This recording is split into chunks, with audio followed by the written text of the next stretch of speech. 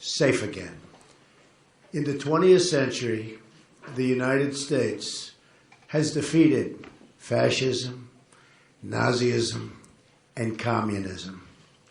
Now a different threat challenges our world: radical Islamic terrorism. This summer, there's been an ISIS attack launched outside the war zones of the Middle East, hard to believe, every 84 hours. Here in America, we have seen one brutal attack after another. 13 were murdered and 38 wounded in the assault on Fort Hood. The Boston Marathon bombing wounded and maimed 264 people and ultimately left 5 dead, including 2 of our great police officers. In Chattanooga, Tennessee, 5 unarmed Marines, unbelievable people, by the way, were shot and killed at a military recruiting center. Last December, 14 innocent Americans were gunned down at an office party in San Bernardino. Another 22 were very gravely injured. In June, 49 Americans were executed at the Pulse nightclub in Orlando. Another 53 were badly injured. It was the worst mass shooting in our history, and the attack, by far the worst, on the LGBTQ community. And I'll tell you what, we can never, ever allow this to happen again.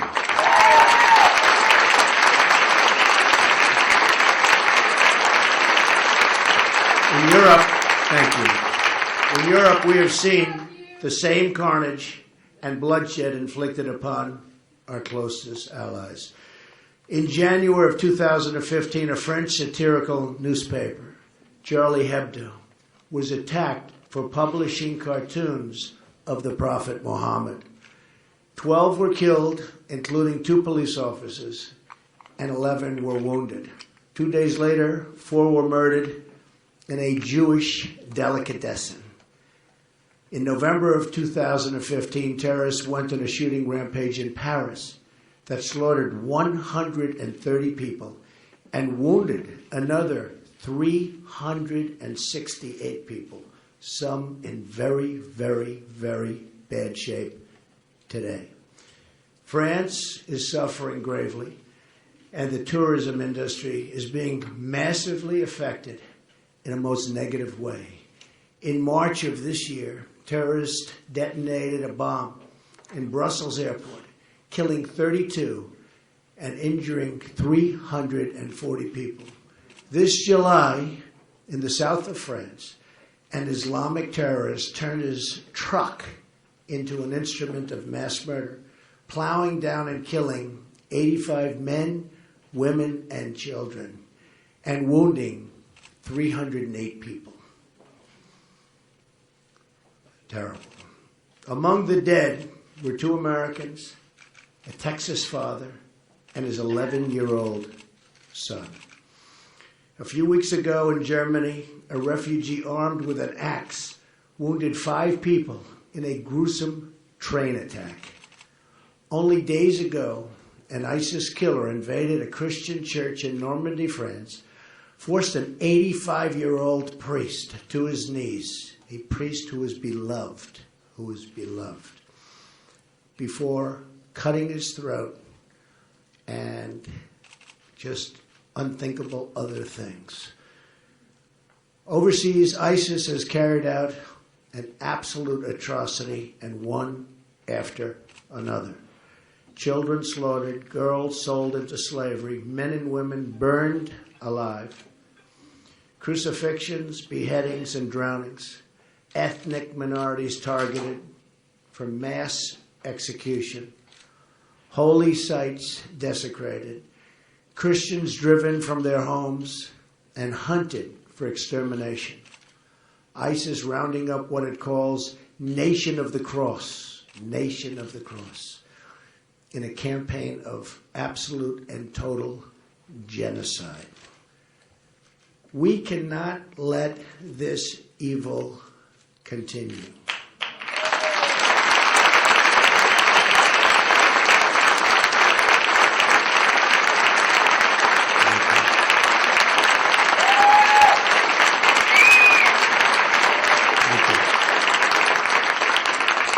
Nor can we let the hateful ideology of radical Islam, its oppression of women, gays, children, and non-believers be allowed to reside or spread within our own countries.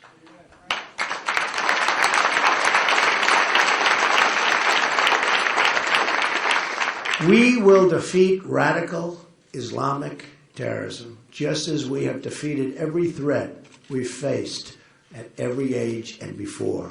But we will not, remember this, defeat it with closed eyes or silenced voices. We have a president that doesn't want to say the words. Anyone who cannot name our enemy is not fit to lead our country.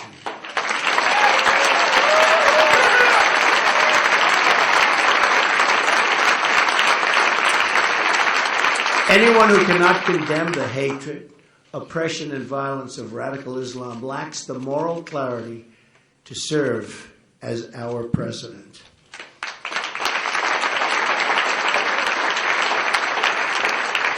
The rise of ISIS is the direct result of policy decisions made by President Obama and Secretary of State Clinton. Let's look back at the Middle East at the very beginning of 2009, before the Obama-Clinton administration took over. Libya was stable. Syria was under control. Egypt was ruled by a secular president and an ally of the United States. Iraq was experiencing a reduction in violence. The group that would become what we now call ISIS was close to being extinguished. Iran was being choked off by economic sanctions. Fast forward to today. What we have, and think of this, and the decisions made by the Obama-Clinton group have been absolutely disastrous. Libya is in ruins. Our ambassador and 3 other really brave Americans are dead, and ISIS has gained a new base of operations. Syria is in the midst of a disastrous civil war. ISIS controls large portions of territory. A refugee crisis now threatens Europe and the United States. In Egypt, terrorists have gained a foothold in the Sinai Desert near the Suez Canal, one of the most essential waterways in the world. Iraq is in chaos, and ISIS is on the loose. ISIS has spread across the Middle East and into the West. In 2014, ISIS was operating in 7 nations. They were in 7 nations. Terrible, but that's what it was. Today, they're fully operational in 18 countries with aspiring branches in 6 more for a total of 24, and many believe that number is actually 28 to 30 countries. They don't even know.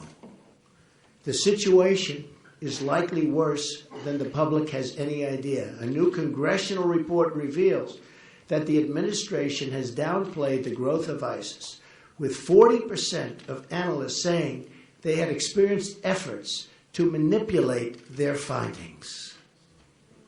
They're trying to make it look much better than it is. It's bad.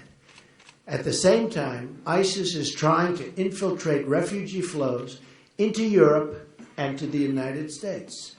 Iran, the world's largest state sponsor of terrorism, is now flush with $150 billion in cash released by the United States. Plus, if you remember from 2 weeks ago, another $400 million in actual cash that was obviously used for ransom. Worst of all, the nuclear deal puts Iran, the #1 state sponsor of radical Islamic terrorism, on a path to nuclear weapons. In short, the Obama-Clinton foreign policy has unleashed ISIS, destabilized the Middle East, and put the nation of Iran, which chants death to America, in a dominant position of regional power and, in fact, aspiring to be a dominant world power. It all began in 2009 with what has become known as President Obama's Global Apology Tour. We all remember. In a series of speeches, President Obama described America as arrogant, dismissive, derisive, and a colonial power. He was describing us. He informed other countries that he would be speaking up about America's past errors. He pledged that we would no longer be a senior partner that sought to dictate our terms. He lectured CIA officers of the need to acknowledge their mistakes and described Guantanamo Bay as a rallying cry for our enemies. Perhaps no speech was more misguided than President Obama's speech to the Muslim world delivered in Cairo, Egypt, 2009. I remember it well. In winning the Cold War, President Ronald Reagan repeatedly touted the superiority of freedom over communism and called the USSR the evil empire. Yet when President Obama delivered his address in Cairo, no such moral courage could be found or would be found.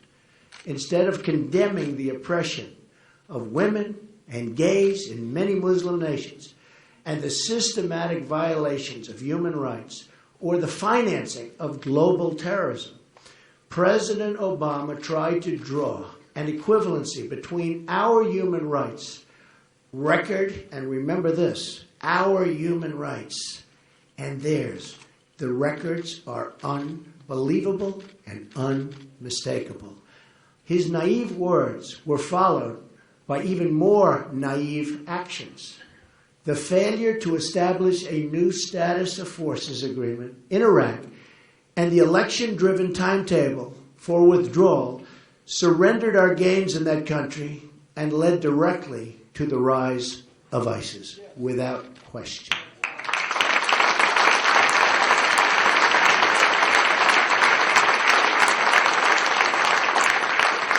The failures in Iraq were compounded by Hillary Clinton's disaster, total disaster, in Libya.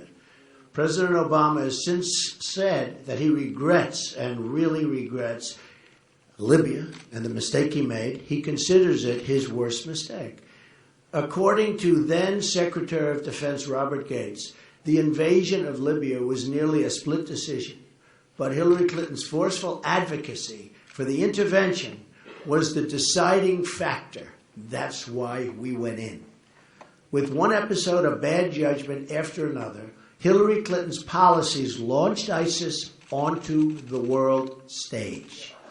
Yet, as she threw the Middle East into violent turmoil, things turned out really to be not so hot for our world and our country, the Middle East in particular. The Clintons made almost $60 million in gross income while she was Secretary of State. It is unbelievable. Incident after incident proves again and again Hillary Clinton lacks the judgment, as said by Bernie Sanders, stability and temperament, and the moral character to lead our nation.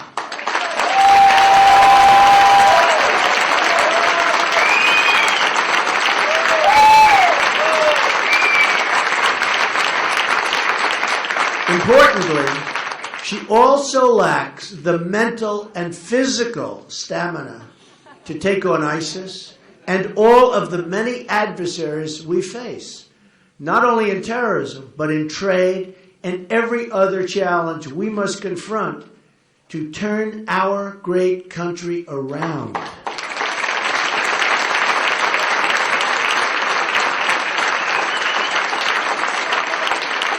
It is now time for a new approach. Our current strategy of nation building and regime change is a proven absolute failure. We have created the vacuums that allow terrorism to grow and thrive. I was an opponent of the Iraq War from the beginning. A major difference between me and my opponent. Though I was a private citizen whose personal opinions on such matters were really not sought, I nonetheless publicly expressed my private doubts about the invasion. I was against it, believe me. 3 months before the invasion, I said in an interview with Neil Cavuto, to whom I offer my best wishes for a speedy recovery, that, quote, perhaps we shouldn't be doing it yet, and that the economy is a much bigger problem. In August of 2004, very early, right after the conflict, I made a detailed statement to Esquire magazine in an interview. Here is the quote in full. Look at the war in Iraq and the mess we're in. I would never have handled it that way. This was right after the invasion.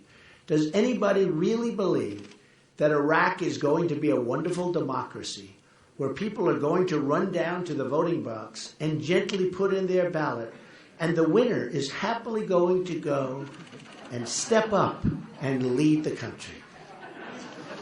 Come on.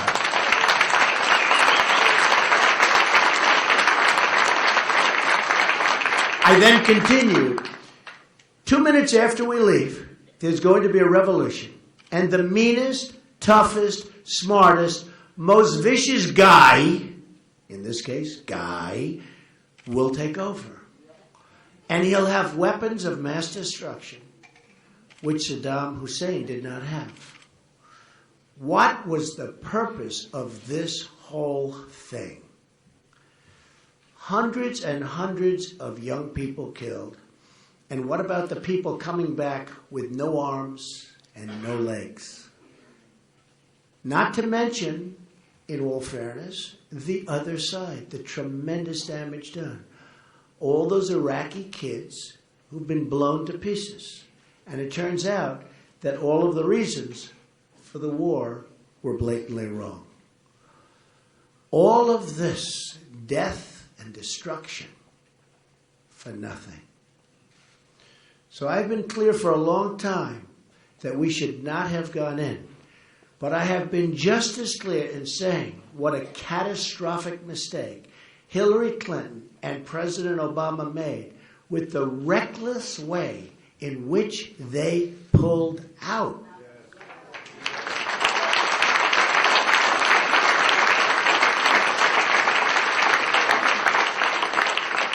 After we had made those hard-fought sacrifices and gains, we should have never made such a sudden withdrawal on a timetable advertised to our enemies. They said, we're moving out. Here's our time, here's our date. Who would do this but an incompetent president?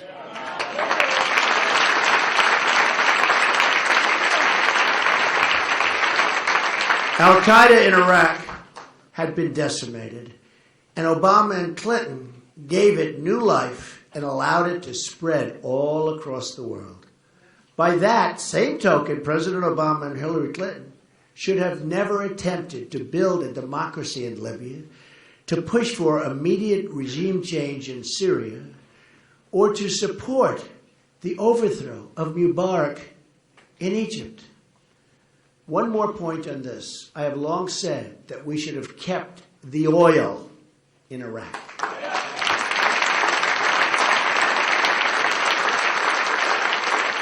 I said it over and over and over again. Another area where my judgment has been proven correct. I just said it so many times, virtually every time I was interviewed. Keep the oil, keep the oil. According to CNN, ISIS made as much as $500 million in oil sales in 2014 alone. That's before they really got started. Fueling and funding its reign of terror. If we had controlled the oil, like I said we should, we could have prevented the rise of ISIS in Iraq, both by cutting off a major source of funding and through the presence of U.S. forces necessary to safeguard the oil and vital infrastructure products necessary for us to have the oil. I was saying this constantly and consistently to whoever would listen. I said, keep the oil, keep the oil, keep the oil. Don't let somebody else get it.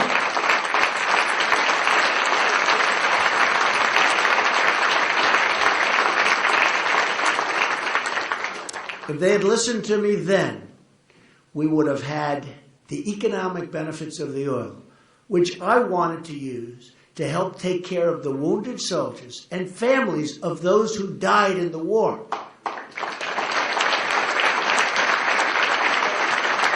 In addition to which, thousands of lives would have been saved. This proposal, by its very nature, would have left soldiers in place of our assets. We would have had soldiers there guarding this valuable supply of oil. In the old days, when we won a war, to the victor belonged the spoils.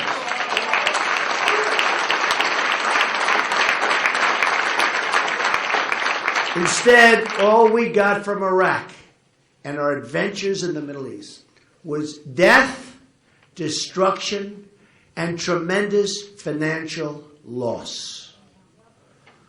But it's time to put the mistakes of the past behind us and chart a new course.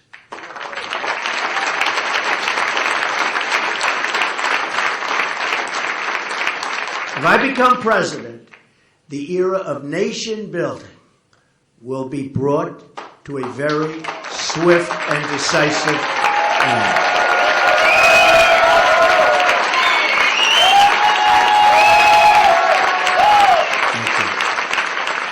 Our new approach, which must be shared by both parties in America, by our allies overseas, and by our friends in the Middle East, must be to halt the spread of radical Islam.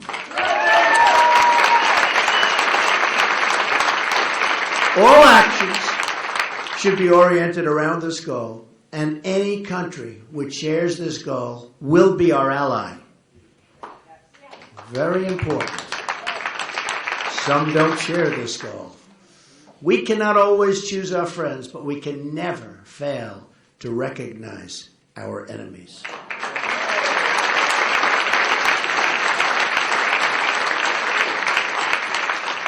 As president, I will call for an international conference focused on this goal. We will work side by side with our friends in the Middle East, including our greatest ally, Israel.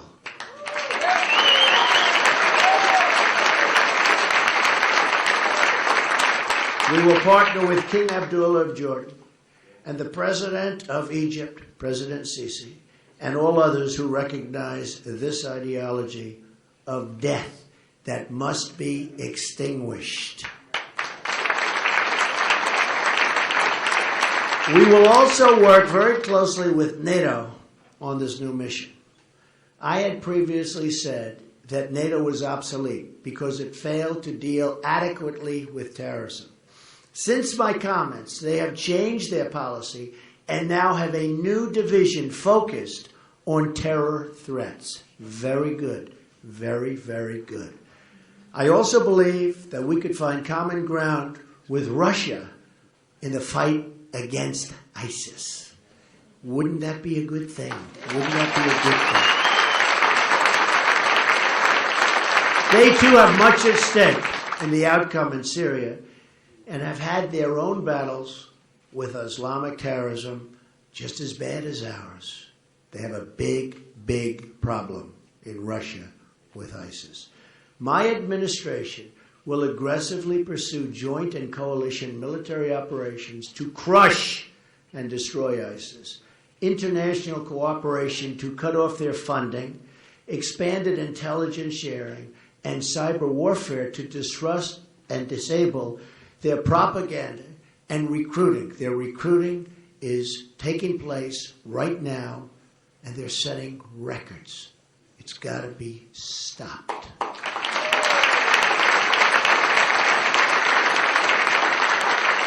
We cannot allow the internet to be used as a recruiting tool and for other purposes by our enemy. We must shut down their access to this form of communication, and we must do it immediately. Immediately.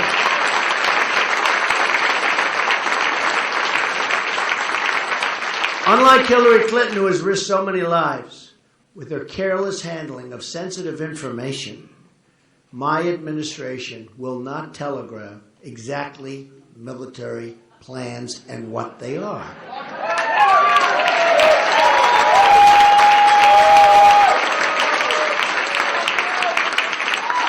And by the way, what's happened with her 33,000 emails is an absolute disgrace to the United States of America.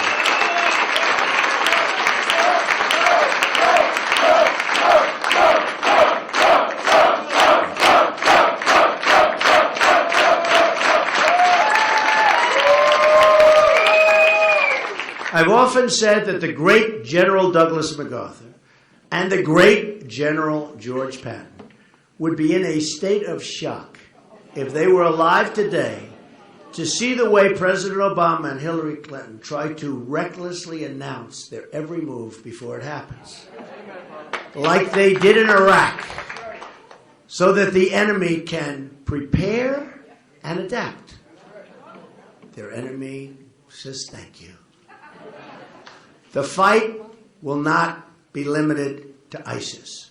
We will decimate al-Qaeda, and we will seek to starve funding for Iran-backed Hamas and Hezbollah. So important. We can use existing UN Security Council resolutions to apply new and even stronger sanctions. Military, cyber, and financial warfare will all be necessary to dismantle Islamic terrorism. But we must use ideological warfare as well. Very important. And they use it on us better than we have ever even thought of using it on them. But that will change. Just as we won, just as we won the Cold War in part, by exposing the evils of communism and the virtues of free markets, so too must we take on the ideology of radical Islam. While my opponent accepted millions of dollars in foundation donations from countries where being gay is an offense, punishable by prison or death, my administration will speak out against the oppression of women, gays, and people of different beliefs.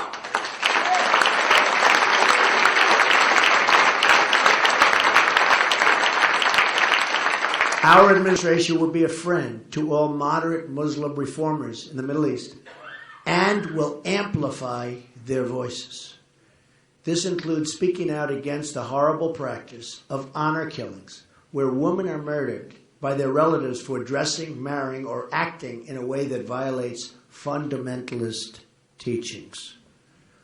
Over 1,000 Pakistani girls are estimated to be the victims of honor killings by their relatives each year. Recently, a prominent Pakistani social media star was strangled to death by her brother on the charge of dishonoring the family. In his confession, the brother took pride in the murder and said, "Girls are born to stay home and follow traditions." Shockingly, this is a practice that has reached our own shores. On such cases, and many, many cases have happened, but one involves an Iraqi immigrant who was sentenced to 34 years in jail for running over his own daughter, claiming she had been too westernized. To defeat Islamic terrorism, we must also speak out forcefully against a hateful ideology that provides the breeding ground for violence and terrorism to grow. It's a breeding ground. It's a terrible, terrible breeding ground. A new immigration policy is needed immediately and as well.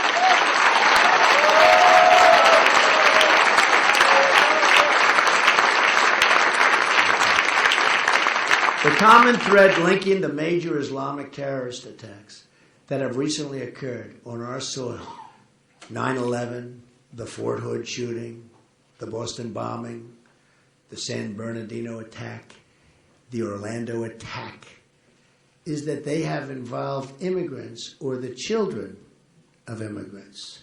Clearly, new screening procedures are needed.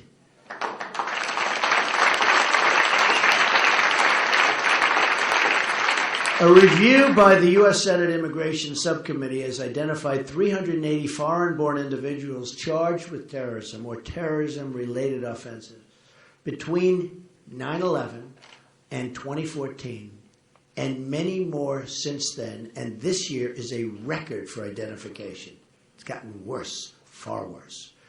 We also know that ISIS recruits refugees after their entrance into the country, as we have seen with the Somali refugee population in Minnesota. Beyond terrorism, as we have also seen in France, foreign populations have brought their anti-Semitic attitudes with them. In Cologne, Germany, on New Year's Eve, we have seen the reports of sexual violence and assault, far greater than anybody knows. Pew polling shows that in many of the countries from which we draw large numbers of immigrants, extreme views about religion, such as the death penalty, and for those who are involved, the death penalty is very, very common if you don't have the faith that they demand you have. A Trump administration will establish a clear principle that will govern all decisions pertaining to immigration. And we will be tough, and we will be even extreme.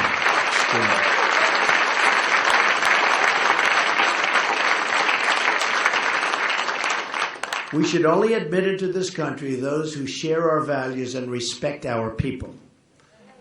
In the Cold War, we had an ideological screening test. The time is overdue to develop a new screening test for the threats we face today. I call it extreme vetting. I call it extreme vetting. Our country has enough problems. We don't need more. And these are problems like we've never had before.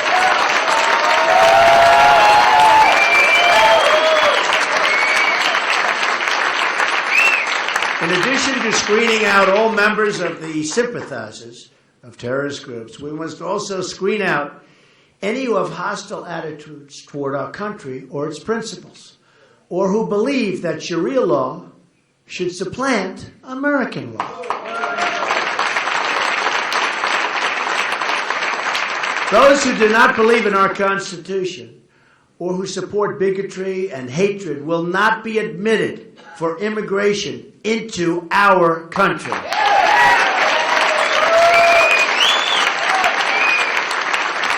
Only those who we expect to flourish in our country and to embrace a tolerant American society should be issued visas.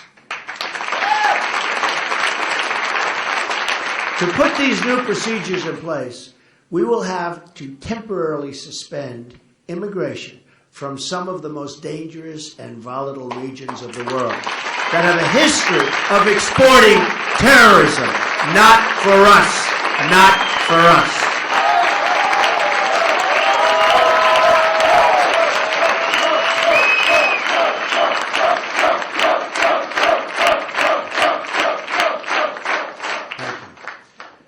As soon as I take office, I will ask the State Department and the Department of Homeland Security to identify a list of regions where adequate screening cannot take place. There are many such regions.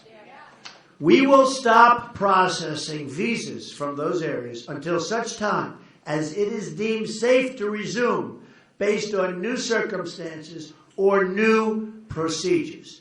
The size of current immigration flows are simply too large to perform adequate screening.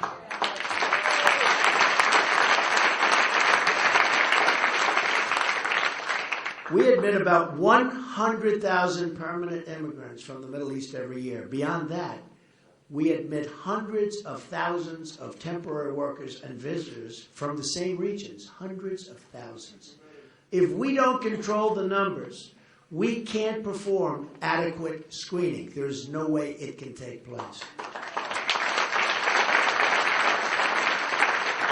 By contrast, my opponent wants to increase, which is unbelievable, no matter who you are, no matter where you come from, wants to increase the flow of Syrian refugees by 550% over what they are now. The United States Senate Subcommittee on Immigration estimates that Hillary Clinton's plan would mean roughly 620,000 refugees from all current refugee-sending nations in her first term, assuming no cuts to other refugee programs. So it could get worse. This would be additional to all other non-refugee immigration. Unbelievable numbers. Unbelievable numbers. The subcommittee estimates her plan would impose a lifetime cost of roughly $400 billion when you include the cost of health care, welfare, housing, schooling, and all other entitlement benefits that are excluded from the State Department's placement figures. Think of this, $400 billion. In short, Hillary Clinton wants to be America's Angela Merkel.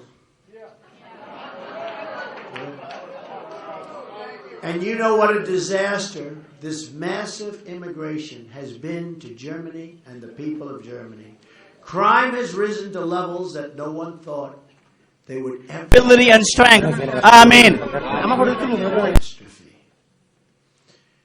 We have enough problems in our country. We don't need more. Lastly, we will need to restore common sense to our security procedures. Another common feature of the past attacks that have occurred on our soil is that warning signs were totally ignored. The 9/11 hijackers had fraud all over their visa applications. Almost every one of them, it said practically in big, bold letters, fraud. And nobody saw it. The Russians warned us about the Boston bombers, here on political asylum, and the attackers were even twice interviewed by the FBI. Very sad. The female San Bernardino shooter, on her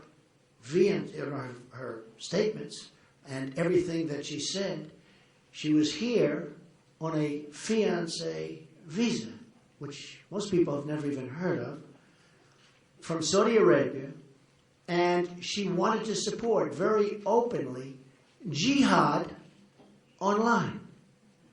These are the people we're taking in. A neighbor saw suspicious behavior, bombs on the floor, and other things, but didn't warn authorities because they said they didn't want to be accused of racial profiling.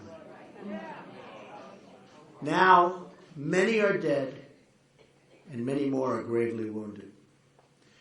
The shooter in Orlando reportedly celebrated in his classroom after 9/11. He, too, was interviewed by the FBI. His father, a native of Afghanistan, supported the oppressive Taliban regime and expressed anti-American views very strongly. And by the way, was just seen sitting behind Hillary Clinton with a big, fat smile on his face all the way through her speech. He obviously liked what she had to say. It's called weakness. Weakness. It's called stupidity. And we've had it.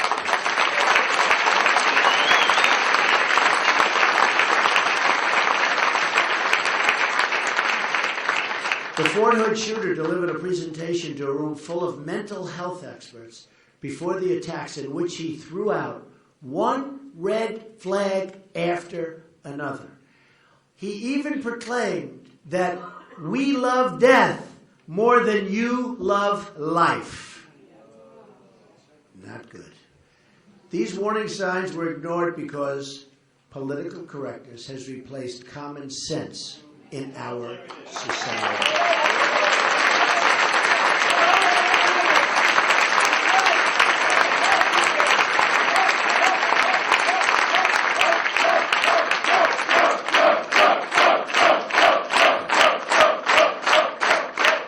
Thank you. That is why one of my first acts as president will be to establish a commission on radical Islam, which will include reformist voices in the Muslim community who will hopefully work with us. We want to build bridges and erase divisions. The goal of the commission will be to identify and explain to the American public the core convictions and beliefs of radical Islam, to identify the warning signs of radicalization, and to expose the networks in our society that support radicalization. This commission will be used to develop new protocols for local police officers, federal investigators, and immigration screeners.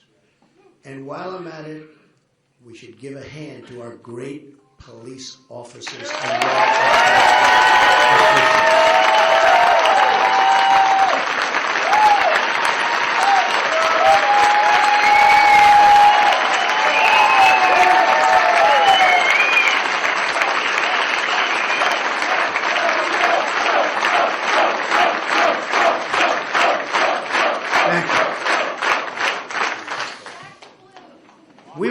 Also keep open Guantanamo Bay and place a renewed emphasis on human intelligence. Drone strikes will remain part of our strategy, but we will also seek to capture high-value targets to gain needed information to dismantle their organizations.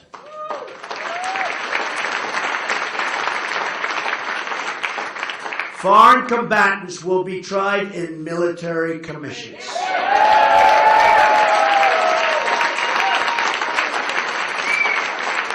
Finally, we will pursue aggressive criminal or immigration charges against anyone who lends material support to terrorism. There will be consequences for those people.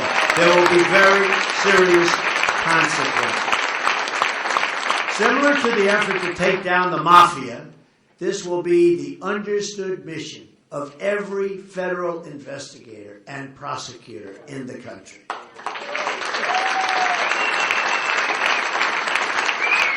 To accomplish your goal, you must state a mission.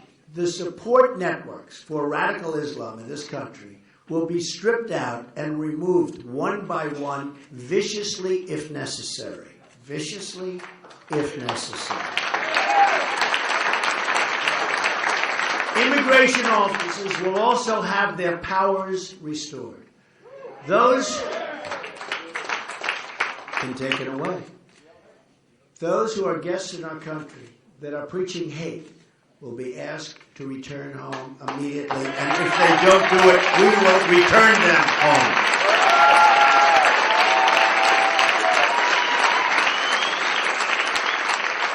To make America safe again, we must work together again. Our victory in the Cold War relied on a bipartisan and international consensus.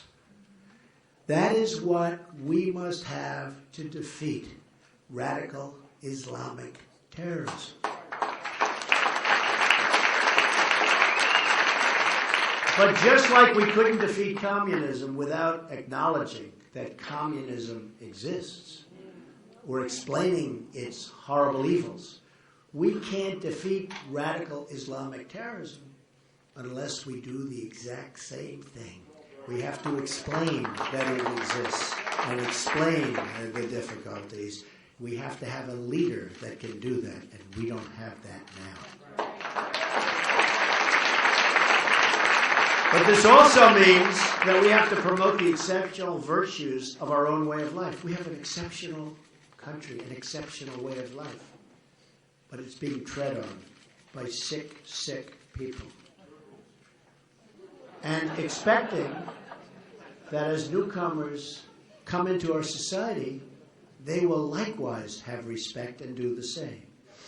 Pride in our institutions, our history, and our values should be taught by parents and teachers and impressed upon all of those who come into our society and want to join our society.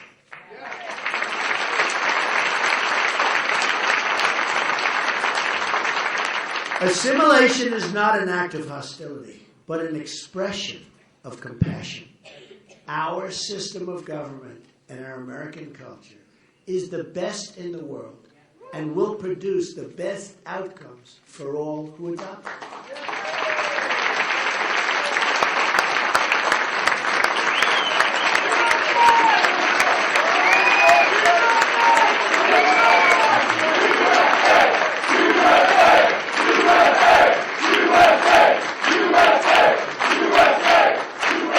Thank you. This approach will not only make us safer, but bring us closer together as a country. Renewing the spirit of Americanism will help heal the divisions in our country, of which there are so many. We have a divider as president. We call him the Great Divider. It's the thing he does best. It will do so by emphasizing what we have in common, not what pulls us apart. This is my pledge to the American people.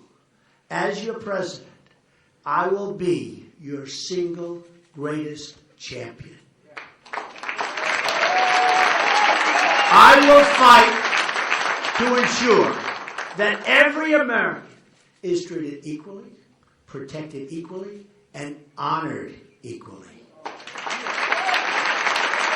We will reject bigotry and hatred and oppression in all of its many ugly forms, and seek a new future built on our common culture and values as one American people.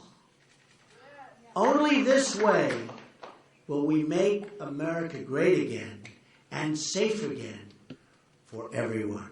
Thank you very much. God bless you. Thank you.